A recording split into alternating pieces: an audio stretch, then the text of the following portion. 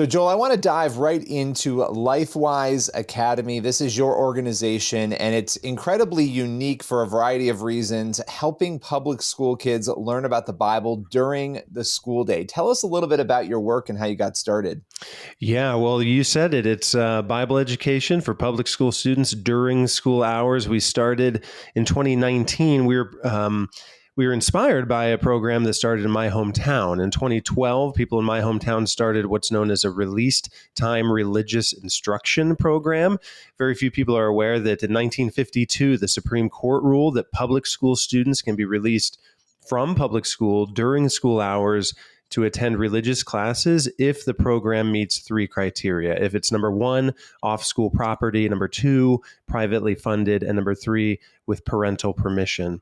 It was ruled on in 52. Now 26 states in the nation have laws about release time, but very few people are aware of it. In my hometown, they found out they could do this. And so they launched a program, started holding classes in a renovated home next to the elementary school. Their goal was to have 30% of kids sign up because that's how many kids go to church. But to their surprise, the very first year, 60% of kids signed up. And by year three, 95% of the kids in the entire public elementary school were enrolled. And so then in 2018, they reached out to me. I'm from the town. It's called Wert, Ohio is the name of the town. And I was leading a ministry to public school students. It was a traveling speaking ministry. But they said, Joel, help us answer the question how we can have this wonderful program that's entirely legal, that's incredibly impactful, but there isn't a program like this in every community coast to coast. Why hasn't everyone heard about this?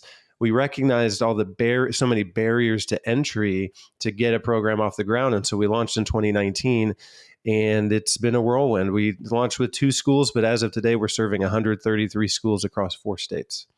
133 schools across 4 states. And the logistics of this, is it one time a week that students come to these offsite areas? What's sort of the logistics of this?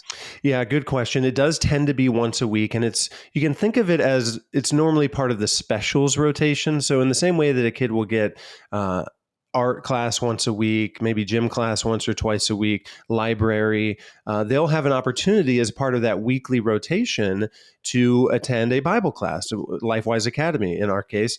And so then we'll rotate students through. It's usually 1 or 2 classes at a time are released to our facility. And so we have a program, for example, now in Northwest Ohio, that there's 1,000 students in the elementary school. There's 900 students in LifeWise. And so it's 2 classrooms at a time, 5 times a day, 5 days a week. Kids are rolling through. We pick them up on the big red LifeWise bus, take them to the YMCA where we teach them the Bible, bring them back and pick up more kids. So this is not just a one-time, here's a big group of, here's 30 kids, 50 kids coming one time. This is going on continuously to make sure there's enough room for all the kids in that community who want to do this. 900 kids. Yeah. So you're in 4 states. What states are you in right now? Right now we're in Ohio, Indiana, Iowa, and Pennsylvania. However, we're already confirmed with written approval from superintendents to be in over 260 schools next year in more than 10 states. Do you ever hit, because obviously the confusion over the separation of church and state really confounds a lot of people, and it leads them to say things like, well, this can't be legal. And do you hit those roadblocks with schools initially before they understand what the law actually says?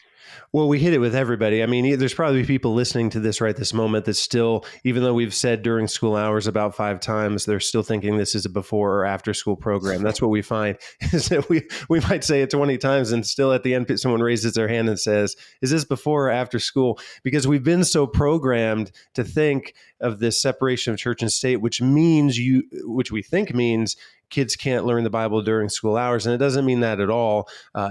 In fact, release time, what we do is a beautiful manifestation of the concept of the separation of church and state, and the students are literally removed from the state school in the middle of the school day, and they're separated from it physically. But usually the resistance we get is just people not understanding on the front end. So maybe not even hearing it because we've been so programmed, so not understanding what we're saying, and then having the misconception that, oh, that must not be legal. However, it's simply a matter of printing off the Supreme Court ruling from 52 or one of these 26 laws specifically about this practice. And people start to wake up, and a lot of Christians start to have the same response I had, and that is, how have I never heard of this? This seems Right. to be the greatest missed opportunity of the American church to reach the next generation.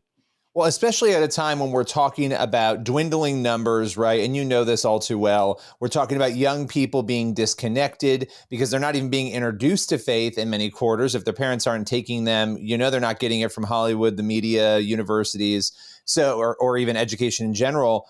And it is interesting. I want to get into your book. We'll talk about that in a moment. And the book, I want to throw the title out so people can look it up while we're talking here. It's During School Hours: Why and How LifeWise Academy is Reinstalling Religious Education into the Public School Day. Really interesting. We'll get there and we'll talk about that.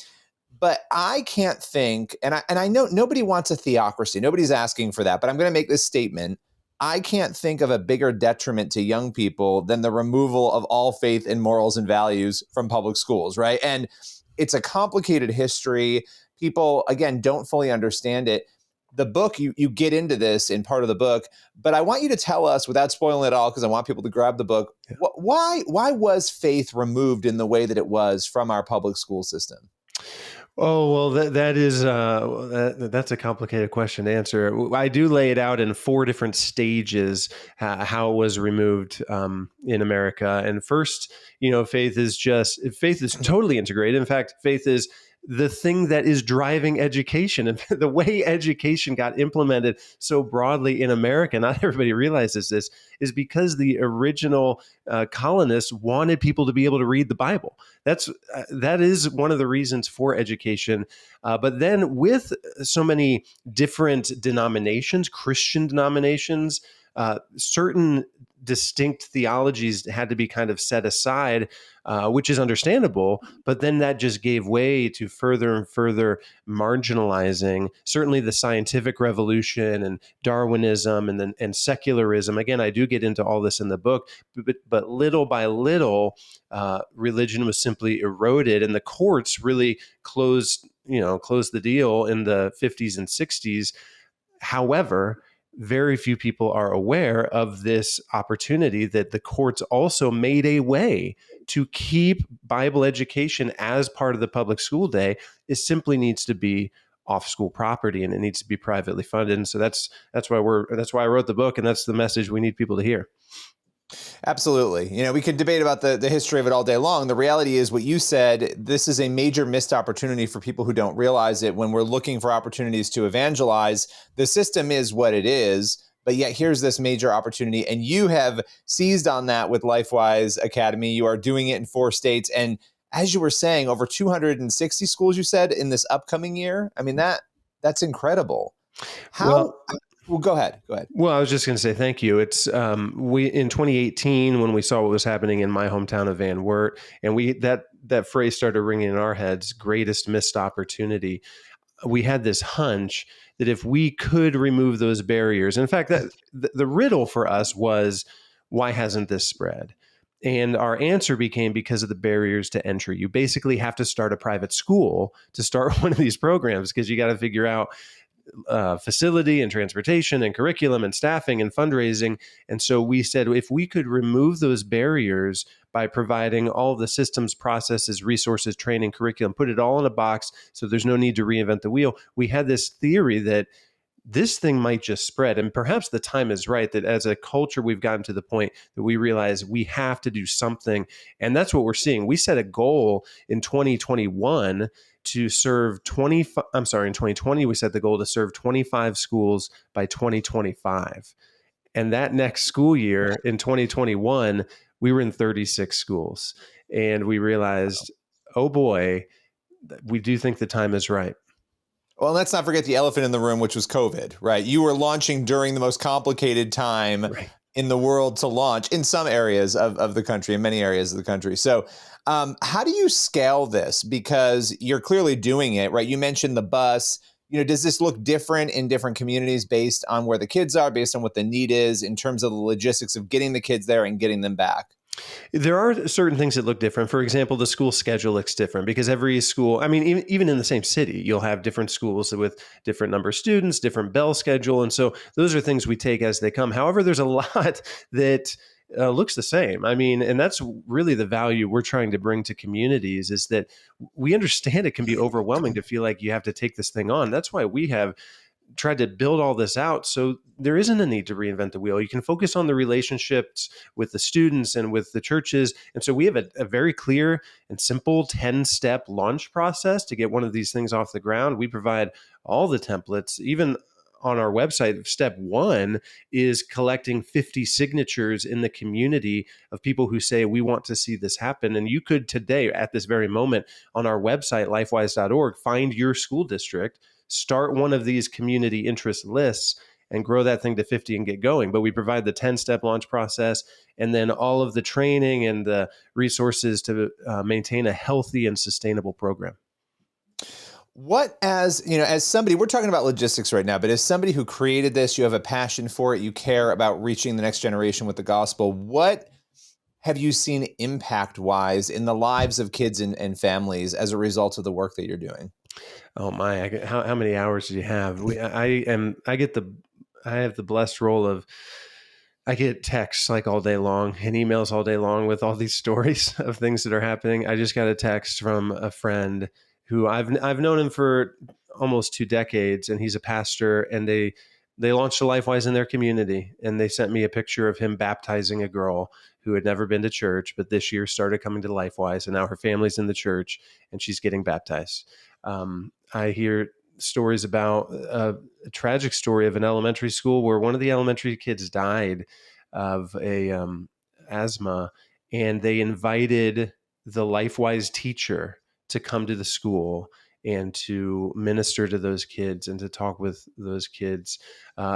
Hearing about the grandma in church who raised her hand and said, "Hey, I want to let you know that I'm here because of LifeWise. My grandkids have been going to LifeWise." And they said, "Grandma, how come we never go to church?" And so here we are.